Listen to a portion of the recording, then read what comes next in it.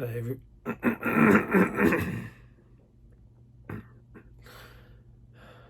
everybody, it's Michael here from Tech and Tools, and today we're going to be looking at a new camera I've finally got. Yes, so let's jump into it. Okay, so yeah, this is the camera, guys. I've gone with a lower budget side of things. I've gone with the Panasonic TZ-90, capable of 4K at 30 FPS video.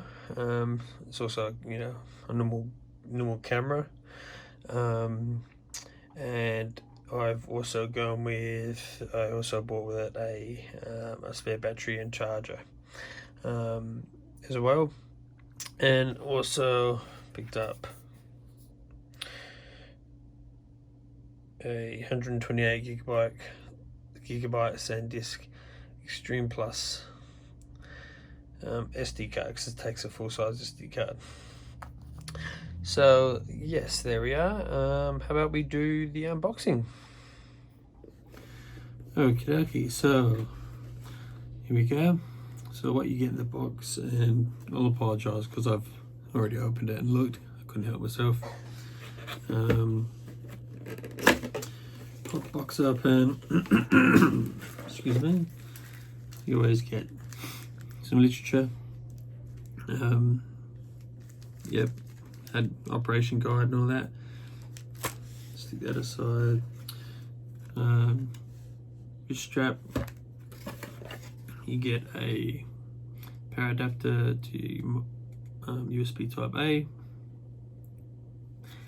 This is Australian plug, so if you're from another country you probably get one from yours. And you also get a type A to micro USB, so you can charge it once the battery's in the phone. You can charge it straight to from the wall through USB, so which can come in handy. You also get a battery. It's a lithium-ion battery. What's it say here? It's 1025 milliamp hours battery. So small little thing, not very big. And then of course the main attraction, camera.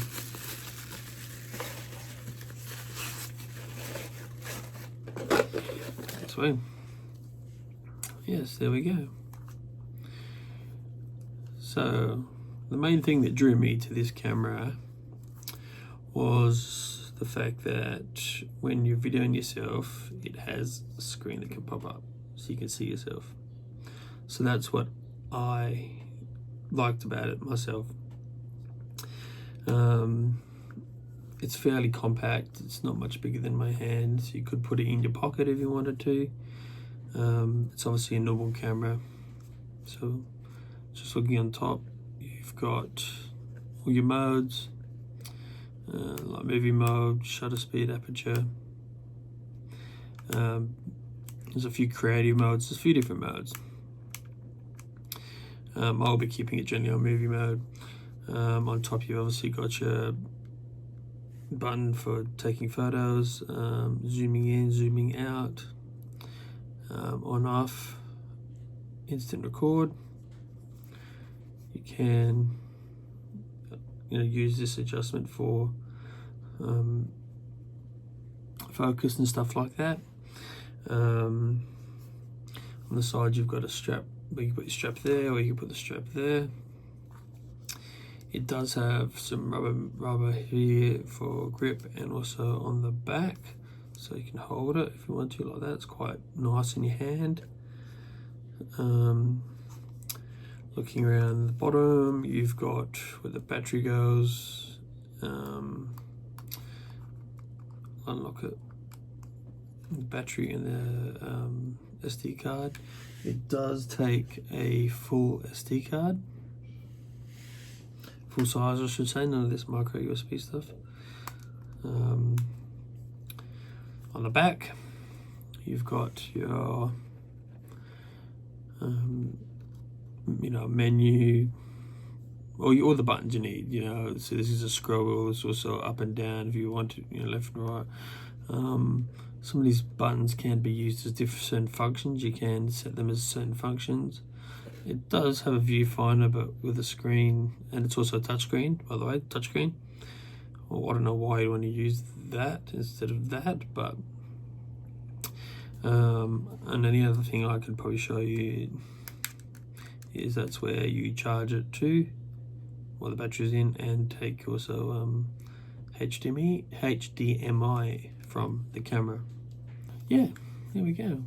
It's small, compact. I'll be doing all my videos from now on from this, eliminating my iPhone because it comes with some problems. Yeah, let's see how it goes. In the meantime, let's continue with the video. Oh, I also forgot. I also purchased the charger, which I'm putting it up. Then you forgot. Is another spare battery.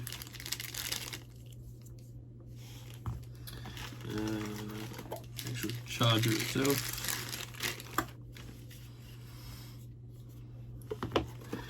And of course a power cord.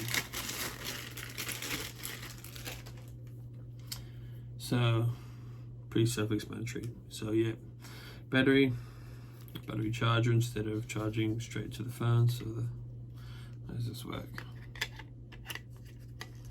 Clips in there, plug it in, self-explanatory. And this is also, according to the instructions on this, exactly the same battery as what came with the phone. So yeah, just a quick one there. All right, let's look at the actual phone. Let's put it together and turn it on. Okie dokie, so let's pop this battery in here. So it's a case of looking this back and pop, there we go. Popping this in the right way. Clips in. And popping a memory card in. Oop. The right way. I don't know which way is the right way yet. That doesn't feel right. That feels right. And click. Open it down, click, shut.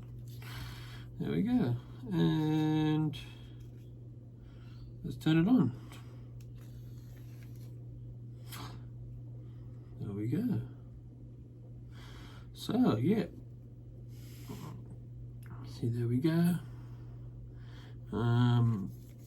As I said, we've got it's a 30 times optical zoom, which for a compact camera is actually really good. And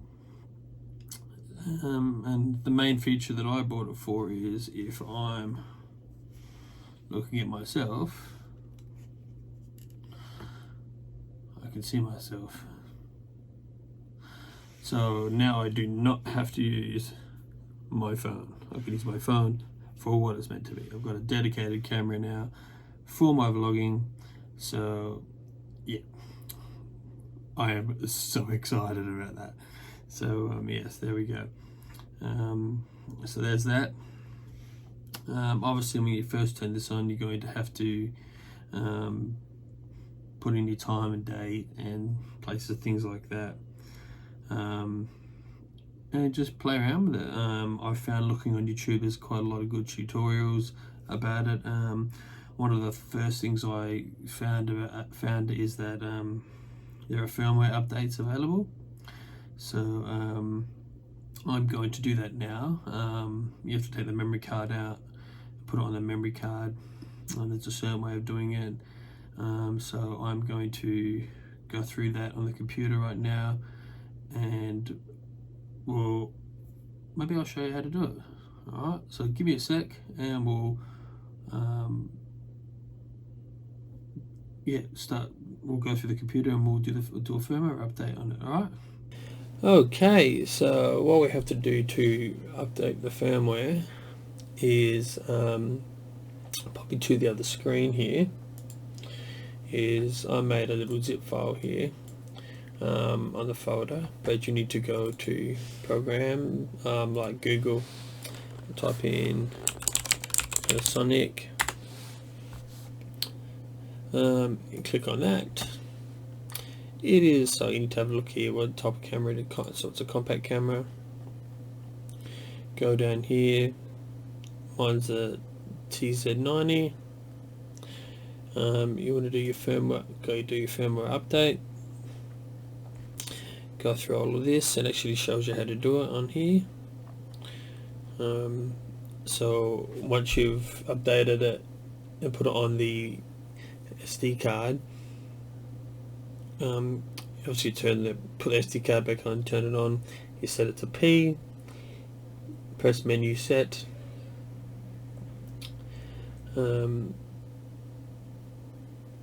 display the menu,